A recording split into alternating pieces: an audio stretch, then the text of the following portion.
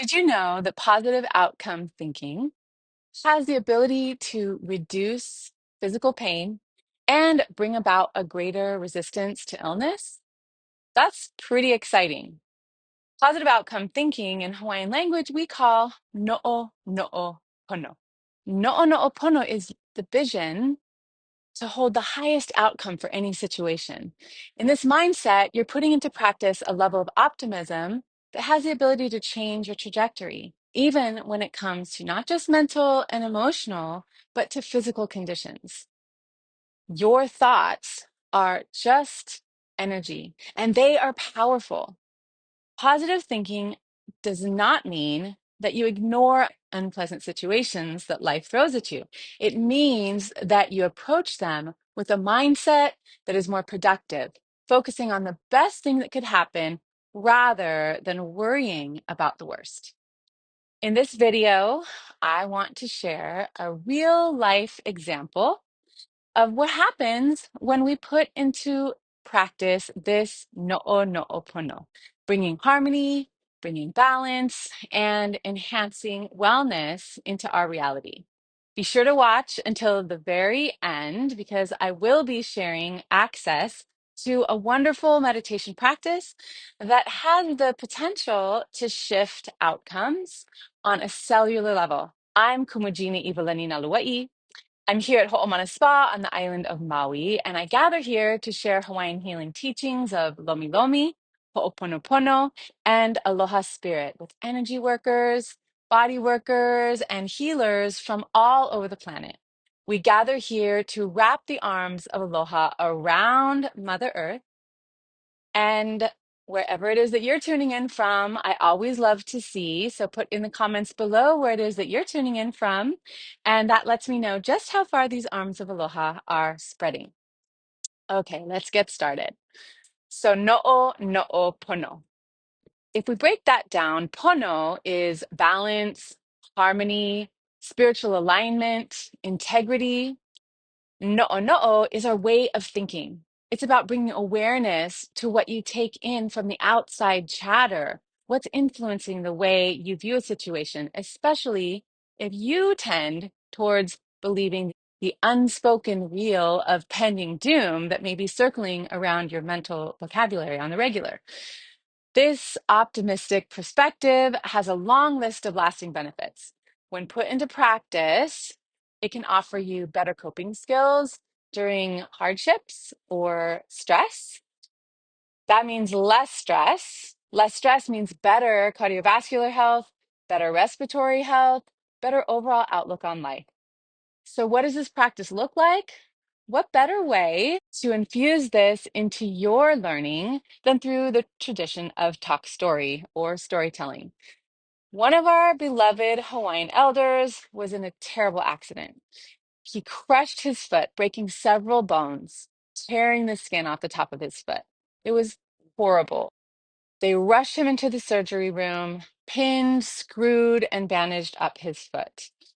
When it was all said and done, this man, being in his 80s, left the medical team to just sit back and hope for the best.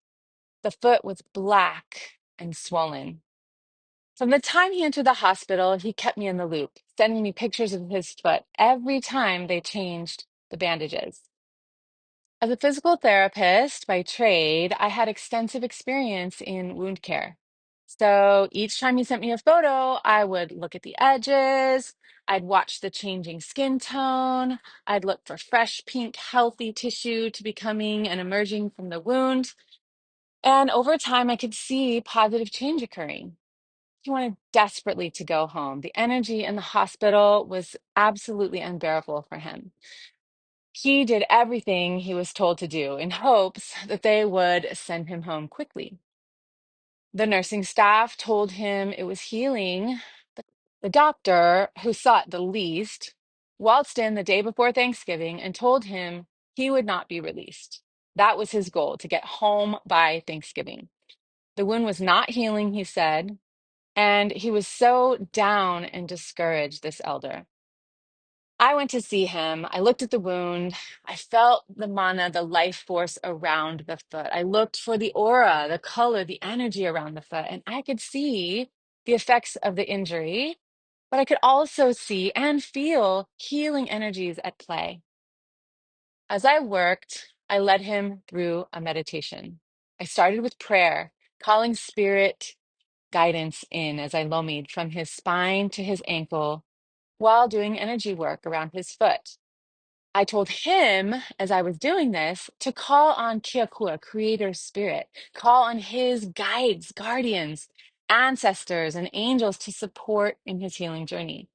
I asked him to envision all the healthy cells in his body, speaking to all the traumatized cells, to synchronize with frequency and vibration towards wellness. I told him to view his foot healthy, whole, seeing his bones mending firmly back together, the skin healing and filling in. As we moved through, I asked him to speak to his blood vessels and nerves and all the body's chemical helpers to lay down a matrix of strong connective tissue, bringing nutrients in and removing inflammation. As we did this, everything began to shift around his foot. The energy was changing right before my eyes. I saw him in his power and spiritual connection, and it was magnificent to witness. What a gift. I told him I would be back in a day or two. That day, when the nurse came in to change the bandage, she looked at him with tears in her eyes. She said, "It's healing. Progress is unbelievable." Meanwhile, the doctor returned. The elder was hoping for good news that he could return home. Instead, the doctor looked at his foot, said that the progress was bleak, given his age and the distance of the injury from his heart. He said that he didn't see improvement, not what he was hoping for, and that they may need to go back into surgery to amputate the foot. Well, of course, this type of news coming from an authority figure, especially a doctor, is horrifying. The elder called me with this news, and I told him, "Please don't worry. Ignore this outside chatter. This message from the doctor had more to do with the doctor's fears than what progress the foot had made." I reminded him that the doctor had been there the least of anyone who'd seen the foot, and that the doctor was really just preparing him for the worst. But what we needed to do was to keep holding up the torchlight towards the best outcome. He called a dear friend of his who's also a doctor, but she works in a little bit of a different way. She said, "You may think this is a little bit crazy, but bear with me. Here is what I want you to do." She told him her secret remedy. After she was finished explaining, he said, "You may not believe this, but this is huge confirmation for me that I'm on the right path," he told her. "My Gina told me to do the very same thing. This is what I've been doing every hour that I'm awake, asking for restorative support even as I sleep. Mahalo for this affirming message." He thanked her, thanked her. The elder was released days later and is home healing beautifully. Focusing on the good in your life, even the smallest wins, reframing negative thoughts by anticipating the immense joy, health, and success that is just waiting for you, will invite spirit to bring those things that you deeply desire all the way to your experience, your awareness, your being in its entirety. I hope this was helpful for you. If this was helpful, write helpful in the comments below. I love to hear your questions. I want to hear your stories. I also want to let you know that if you're feeling called to learn more Hawaiian spiritual teachings and practices just like these, we offer live retreats right here on Maui throughout the year. We would love for you to join us.